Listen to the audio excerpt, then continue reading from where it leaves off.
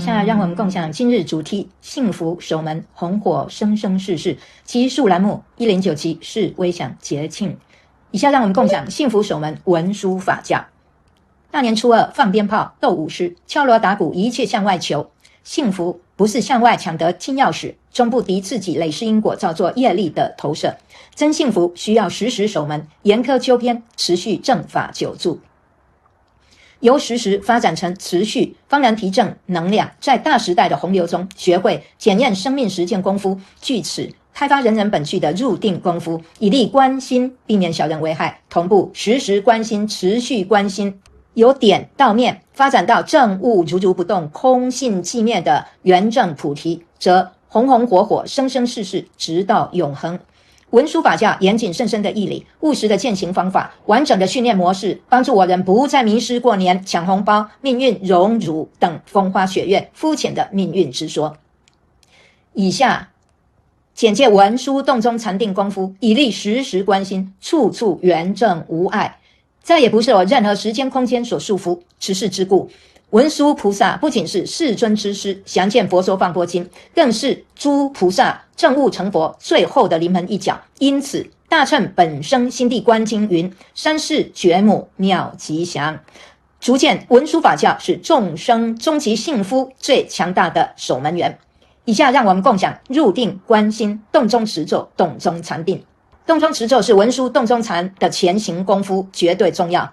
洞中持咒训练法，让我人在动态中，借由耳根的听闻机制，向内关照法音流变，据此进入定境，不受周遭人事时地物变化所干扰。将此正定功夫无限延伸到日常生活的点点滴滴，则首先成就至心一处专一定境的一行三昧阶段性功夫。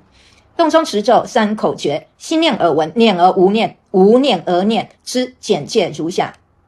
一、心念而闻，在耳闻中力求第一超越一切心念以及其形象的束缚。第二，念而无念，这是累积第一超越，进行升华到无限的超越，以利触及反闻文字性。三、无念而念，在空无自性中探索内在觉醒，不断回归自性，终至定慧等持，圆正菩提。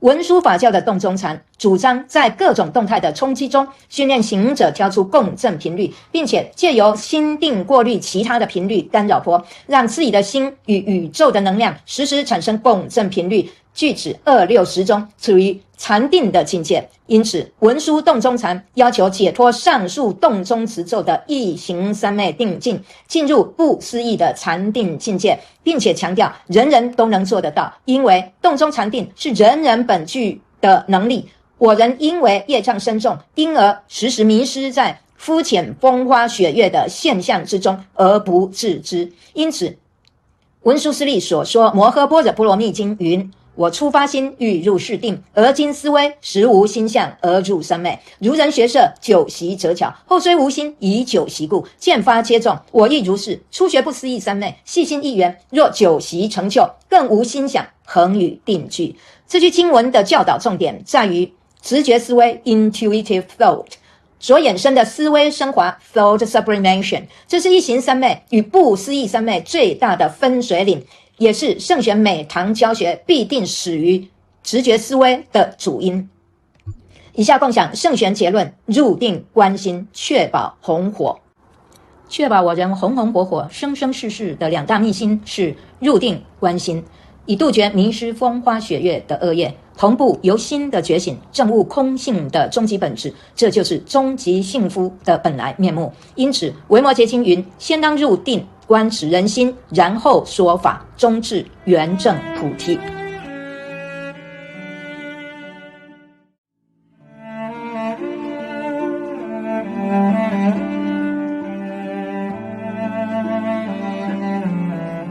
Let's share today's topic: Happiness and Gatekeeping, Flourishing Lifetimes, Volume and Column, number 109, Subtle Words on Festival. Let's share Happiness Gatekeeping, Teaching of Manjushri. On the second day of the Lunar New Year, we set off firecrackers, play with line dances, beat drums and gongs, seeking everything externally.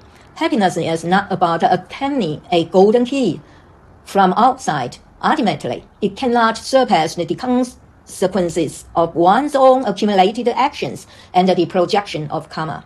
True happiness requires constant guarding of the mind, strict correction of deviations, so that the sublime Dharma will last forever. From constant, it develops into continuous, which can elevate energy. In the great tide of the era, one must learn to exempt the life practice. Based on this, develop the inherent ability of meditation in everyone to observe the mind. Avoid harm from violence, and synchronously observe the mind constantly and continuously. From point to surface, develop the realization of the stillness and the empty nature. Achieving the perfect prajna wisdom of enlightenment, this flourishing eternally. The teaching of Manjushri, with their rigorous and profound doctrines, practical methods of practice, and comprehensive training models, help us to no longer be lost in the superficialities of the new year, grabbing red envelopes and the fleeting notions of fate, glory, shame, and so on. The following is a brief introduction to the dynamic meditation practice of Manjushri, which facilitates constant observation of the mind and seamless realization everywhere. It's no longer bound by any time or space. Therefore, Manjushri Bodhisattva is not only the teacher of the world-honored one, as detailed in the Buddha Speaks of the Liberation Sutra, but also the final crucial step for all bodhisattva to attain enlightenment and Buddhahood. Therefore, the Mahayana original vows of the Bodhisattva's mind-ground contemplation sutra states, Mother of the awakened of the three lives, the auspicious Manjushri. In conclusion, Manjushri's teachings are the most potent gatekeeper for the ultimate happiness of all sentient beings. Let's share meditation and observing the mind, chanting emotion, dynamic meditation. Chanting mantra emotion is a preparatory practice of Manjushri's dynamic meditation and is absolutely essential.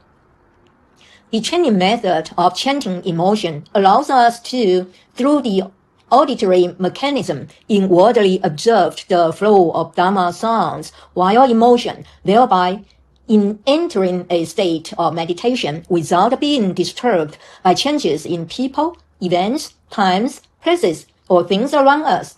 By infinitely extending this proper meditative practice to every aspect of daily life, we first achieve the stage of focusing the mind in one place and attaining a concentrated state, which is the initial practice of one-line samadhi. Chanting mantra in motion involves three key principles: mindful hearing, thoughtlessness in thought, and thought in thoughtlessness. Here is a brief introduction. Number 1, mindful hearing. In the practice of hearing, strive to transcend all mental thoughts and their manifestations. Number 2, thoughtlessness. In thought, building on the first transcendence, elevating to infinite transcendence, facilitating the return to self-nature through hearing. Number 3, thought in thoughtlessness. In the emptiness of self-nature, explore inner awakening, continuously returning to self-nature, ultimately achieving samadhi and prajna in equal measure, attaining perfect enlightenment. Manjushri's dynamic meditation doctrine advocates in various dynamic impacts. Practitioners are trained to identify resonant frequencies and by maintaining mental stability, filter out other frequencies and interference waves, allowing one's mind to resonate with the energy of the universe at all times, thus maintaining a state of meditation. Therefore, Manjushri dynamic meditation requires transcending the meditative state of one-line samadhi mentioned in the dynamic chanting practice, entering the inconceivable meditative state and emphasizing that everyone can achieve it. Because Dynamic meditation is an inherent ability in everyone. We, due to heavy karmic obstacles, often get lost in the superficial phenomena of the world and are unaware of it. Therefore, the Mahaprajna Paramita Sutra, as told by Manjusri, says, when I first set my mind on entering this meditation, I now reflect that there is truly no mental form to enter samadhi, just as one who learns archery becomes skillful through prolonged practice, though later without conscious effort. The arrows always hit the target due to long practice. Similarly, I focused on one object when I first learned the inconceivable samadhi with prolonged practice without further mental effort. I am always in meditation. The key teaching of this scripture lies in the intuitive thought that leads to thought sublimation. This is the primary distinction between one-line samadhi and inconceivable samadhi. It's also the main reason why every teaching by Master Sangshan begins with intuitive thinking. Master Sangshan's conclusion. Let's share. Meditation and contemplation ensuring prosperity. The two great secrets to ensuring our flourishing and prosperity for lifetimes are meditation and contemplation. By doing so, we eliminate the evil karma of being lost in superficial phenomena and simultaneously awaken the mind to realize the ultimate nature of emptiness. This is the true phase of ultimate happiness. This is teaching as from Vimalakirti Sutra. It highlights the importance that deep concentration, mindful contemplation, and then subsequently sharing Dharma talk, and then finally attaining body enlightenment.